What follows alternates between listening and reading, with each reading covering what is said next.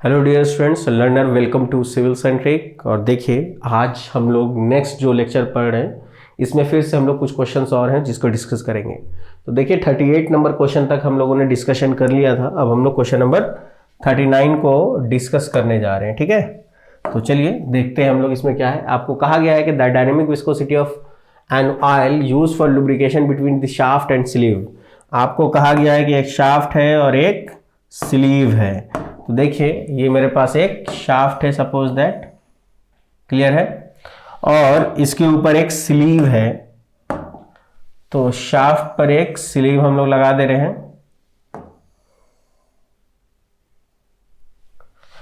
और इसमें कहा जा रहा है कि शाफ्ट डाया जो है वो 0.4 मीटर है। तो dia of the shaft is 0.4 metre. ठीक है, और क्या कह रहा है कि शाफ्ट जो है ना 190 आरपीएम से रोटेट कर रहा है।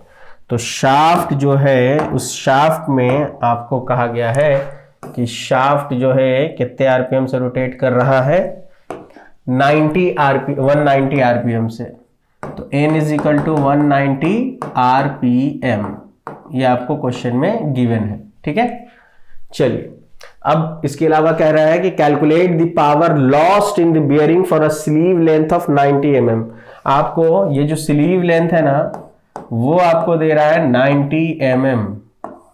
ठीक है, क्लियर है, 90 mm कह रहा है और कह रहा है कि the thickness of the oil film is इतना। तो देखो थिकनेस कहने का मतलब dy उसने दे दिया 1.5 mm। इसको हम लोग क्या कर लेंगे, मीटर में कन्वर्ट कर लेंगे।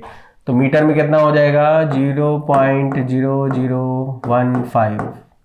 ठीक है, क्लियर है, या इसको 1000 से आप डिवाइड मार दो, मर्जी है आपकी। ठीक है, तो 0.0015 मीटर लिख दो या फिर आपको इसको 10⁻³ से मल्टीप्लाई कर दो। ठीक है, इसके अलावा और क्या दे रहा है इसमें, देखिए रोटेशन आपको दे रहा है, यानी n दे रहा है कितना, 190 आरपीएम। मैंने बताया था ना कि वेलोसिटी, रिलेटिव वेलोसिटी निकालना है तो पाई dn/60 कर दीजिएगा। हमने क्या, पाई dn/60। जैसे ये करेंगे du निकल जाएगा। तो du की वैल्यू कितनी हो जाएगी, पाई को लिखा हमने पाई, डाया जो है डाया को लिख दिया हमने 0.0015, n जो दे रहा है वो है 190 rpm/60। तो du जो है वो कितना आ जाएगा, देखिए इसको कैलकुलेट कर लेते हैं हम लोग। तो du की वैल्यू हो जाएगी आपको, देखिए pi into 0.0015 into 190 divided by 60 कितना आ गया, रिलेटिव वेलोसिटी इज 0.0149। ठीक है, मीटर पर सेकेंड। ये आपने निकाल लिया रिलेटिव वेलोसिटी। क्लियर है, जब रिलेटिव वेलोसिटी आपने फाइंड आउट कर लिया तो अब आपको कहा जा रहा है इसमें calculate the power loss in the bearing for the sleeve length. Length भी दिया गया है आपको कितना, 90 mm। ठीक है, तो हम लोग क्या करते हैं, पावर लॉस निकालना है हमको। देखिए विस्कोसिटी इसमें, जस्ट अ मिनट, इस क्वेश्चन में आई थिंक विस्कोसिटी की वैल्यू मिस, अच्छा है 6 poise, mu is equal to 6 poise. तो कितना हो जाएगा, 0.6 पास्कल सेकेंड। ठीक है, अब आप देखो पावर लॉस चाहिए। पावर लॉस क्या होता है, टॉर्क इनटू ओमेगा। ठीक है, तो ओमेगा को तुम क्या कर सकते हो, 2πn/60 लिख सकते हो। ठीक है, क्लियर है, तो यहां से तुम चाहो तो ओमेगा की वैल्यू निकाल सकते हो। तो आप बेसिकली 2πn/60 करो, आपको ओमेगा की वैल्यू निकल जाएगी। 2 into pi into n is 190 equal to इतना डिवाइडेड बाई 60। ठीक है, तो हम लोगों को जो वैल्यू आ गई वो आ गई 19.8967 रेडियन पर सेकेंड। हम लोगों ने ओमेगा भी निकाल लिया। टॉर्क निकालना है, mu du/dy into area into d/2 कर देना है, तभी रेडियस होगा, इंटू ओमेगा करना है। म्यू की वैल्यू देखो कितनी है 0.6, du हमने कितना निकाला है 0.0149, dy यानी गैप कितना है 0.0015। ठीक है, क्लियर है। देखिए यहां पर आपको du की वैल्यू में एक गलती हो गई, ध्यान से देखिए। du लेने वक्त हम लोगों को डाया लेना था ना, मैंने इसकी वैल्यू पुट कर दी है, तो du को पहले हम लोग करेक्ट करेंगे। इसको रुक जाओ, हम लोगों को जो du की वैल्यू निकली है वो गलत निकली है, उसको करेक्ट कर लेते हैं। ठीक है, तो पाई को हमने पाई लिखा।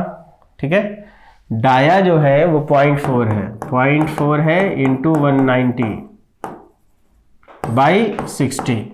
तो जो du की वैल्यू आएगी वो कितनी होगी, ध्यान से देखिए, du की वैल्यू होनी चाहिए हम लोगों को पाई इंटू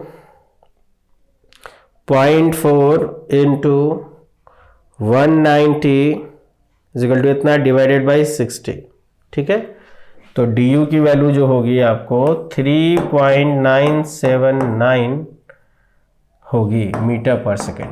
ठीक है, तो पाई dn/60 करना था इसलिए। ठीक है, अब यहां पर वही पुट कर देते हैं। म्यू की वैल्यू कितनी हो गई आपको, म्यू की वैल्यू है आपको 0.6, du कितनी दी गई है आपको 3.979, dy जो है गैप है 0.0015। ठीक है, एरिया, अब एरिया ऑफ द स्लीव हम लोग शाफ्ट जो है निकाल लेते हैं। ठीक है, एरिया कितना होगा देखिए, एरिया बराबर होगा पाई r स्क्वायर इंटू एल। ठीक है, तो एरिया अगर निकालना है इसका हम लोगों को, तो क्रॉस सेक्शन एरिया हो गया आपको pi into r square into L.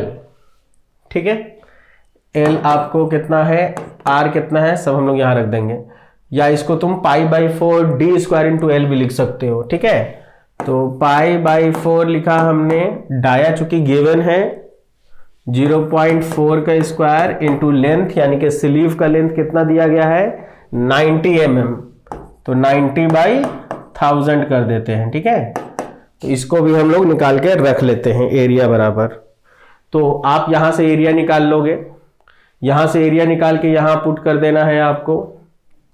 Area बराबर कितना आएगा देखिए,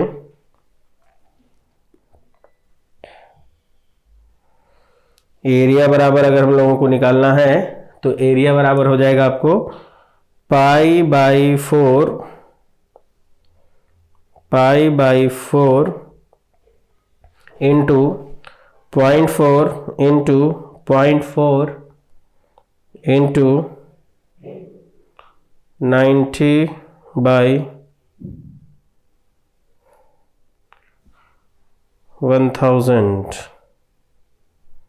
इज इक्वल टू एरिया आ जाएगा आपका 0.0113 मीटर स्क्वायर। तो एरिया यहाँ पे रख दीजिए 0.0113 इंटू d/2 करना है, तो यानी कि 0.2 हो जाएगा। ओमेगा बराबर आपने निकाला है यहाँ पे 19.89। ठीक है, इस पूरे को आप सॉल्व कर लेंगे, आपको क्या निकल के चला आएगा पावर। ठीक है, तो कहने का मतलब ये है कि आपको क्या करना है, सिंपल देखिए, हर क्वेश्चन में बस फर्क इतना ही है कि आपको जो वैल्यूज मिसिंग है इनको फाइंड आउट करना है। क्लियर है? ठीक है, तो इसको आप लोग सॉल्व कर लीजिएगा, आंसर आ जाएगा। नेक्स्ट क्वेश्चन चलिए। फिर ये कहता है कि देखो, आपको जो गेट में पेपर पूछा जाता है ना, वो हमेशा लीनियर प्रोफाइल का पूछा जाता है। मैंने इससे पहले एक क्वेश्चन कराया आपको पैराबोलिक प्रोफाइल का। ठीक है, वो कभी गेट में अभी तक पूछा नहीं है, बट हाँ लीनियर पूछता है। ये बेसिकली गेट वगैरह के क्वेश्चन में पूछा जाता है। ठीक है, तो लीनियर पूछा जाता है। मैंने पैराबोलिक इसलिए कराया कि कभी अगर पैराबोलिक का क्वेश्चन आ जाए तो आपको कंफ्यूज नहीं होना है। ठीक है, लीनियर का ये क्वेश्चन है। अब लीनियर में क्या कह रहा है कि आपको सीधे सीधे उसने कह दिया कि इक्वेशन क्या है, वो है u is equal to 3/4 y minus Y square, ये भी है parabolic, in which u is the velocity in metre per second at a distance y metre above the plate, determine the shear stress as y is equal to इतना। ठीक है, इस बार तो उसने सीधे सीधे कह दिया कि आप y इज इक्वल टू इतने पर शियर स्ट्रेस निकालो। देखो विस्कोसिटी गिवन है 8.6 पॉइस, इसको आप क्या करोगे पास्कल सेकंड में कन्वर्ट करोगे। ठीक है, तो पास्कल सेकंड में अगर आप कन्वर्ट करोगे तो कितना हो जाएगा 0.86 पास्कल सेकंड। ठीक है, अब आप देखो एट y बराबर कितना दे रहा है, y बराबर दे रहा है 0.15 मीटर, है पैराबोलिक का ये भी, और इसमें लेकिन एक ही क्वेश्चन दिया गया और ऐसा क्वेश्चन गेट में आता है। ठीक है, आपको u अगर गिवन है तो आप वेलोसिटी ग्रेडियंट निकाल सकते हो du by dy, तो आपको क्या मिलेगा 3/4 माइनस 2y मिलेगा। ठीक है, और आपसे कहा गया है at y is equal to 0.15, तो at y is equal to 0.15 metre du बटा dy की वैल्यू क्या मिलेगी, ये वैल्यू आपको मिलेगी 3/4 माइनस 2 टाइम्स ऑफ दी 0.15। ठीक है, तो आपको इसकी वैल्यूज कितनी मिलेगी वो हम लोग निकाल लेते हैं। ठीक है, देखिए हम लोगों को 3/4 है इज इक्वल टू 0.75 माइनस में 2 इंटू 0.15 है, कितना आ गया 0.45, तो du by D Y at y is equal to 0.15 जो आ रहा है वो आ रहा है 0.45। ठीक है, पर सेकेंड। ठीक है, मीटर पर सेकेंड कटेगा, इसकी यूनिट बचेगी पर सेकेंड। ठीक है, ये आपने निकाल लिया। आपको शियर स्ट्रेस निकालना है, बस सिंपल, तो shear stress is equal to होता है mu du by D Y, और ये किस पे पर निकालना है तो 0.15 पर। तो शियर स्ट्रेस के लिए आपको विस्कोसिटी गिवन है कितना, विस्कोसिटी इज गिवन है 0.86 और उसको मल्टीप्लाई कर दीजिएगा 0.45 से, तो 0.86 इंटू 0.45 हम लोग इसको करते हैं तो वैल्यू कितनी आ जाएगी इंटू 0.86। ठीक है, तो जो शियर स्ट्रेस की वैल्यू आ रही है ये आ रही है 0.387 पास्कल। क्लियर है? ठीक है, तो बेसिकली ये क्वेश्चन जो था इसमें इस तरीके का क्वेश्चन गेट में पूछा जाएगा। ये डायरेक्ट क्वेश्चन है, इसमें कुछ सॉल्व नहीं करना था, उसने डायरेक्ट ये दे रखा था आपको। क्लियर है? चलिए नेक्स्ट क्वेश्चन देखते हैं। फिर ये कहता है कि determine the specific gravity of the fluid having viscosity इतना, पॉइसन काइनेमेटिक विस्कोसिटी इतना। देखो विस्कोसिटी डायनेमिक दिया गया है 0.05 पॉइस, तो इसको जब हम कन्वर्ट करेंगे तो 0.005 पास्कल सेकंड हो जाएगा। ठीक है, 0.005 पास्कल सेकंड हो गया। ठीक है, और काइनेमेटिक विस्कोसिटी इज गिवन है कितना 0.035 स्टोक्स। ठीक है, तो इसको अगर हम लोग सॉल्व करते हैं तो 0.035 इंटू 10 टू द पावर कितना हो जाएगा आपको 4 मीटर स्क्वायर पर सेकेंड।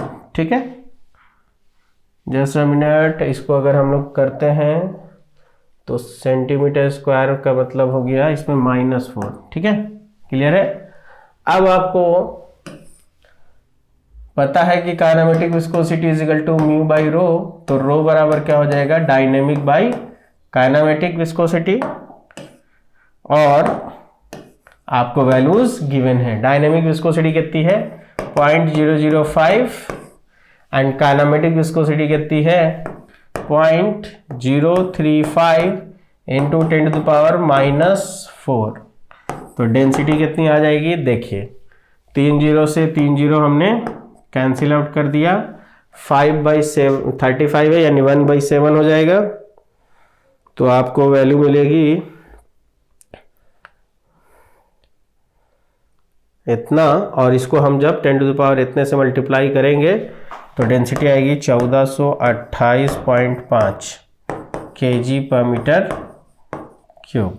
ठीक है, जब डेंसिटी निकल गया, स्पेसिफिक ग्रेविटी क्या होता है, rho test fluid by rho standard fluid. Test fluid is 1428.5, standard fluid is 1000, कितना होगा 1.42 स्पेसिफिक ग्रेविटी।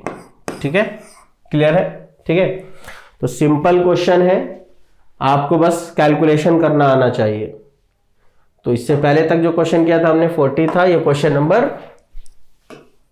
41 था। ठीक है, अब जो नेक्स्ट क्वेश्चन हम लोग देख रहे हैं, इस क्वेश्चन में अगर देखा जाए, square plate parallel plate is filled with oil and each side of the plate thickness is इतना, the thickness of the oil film is इतना, the upper plate move side इतना।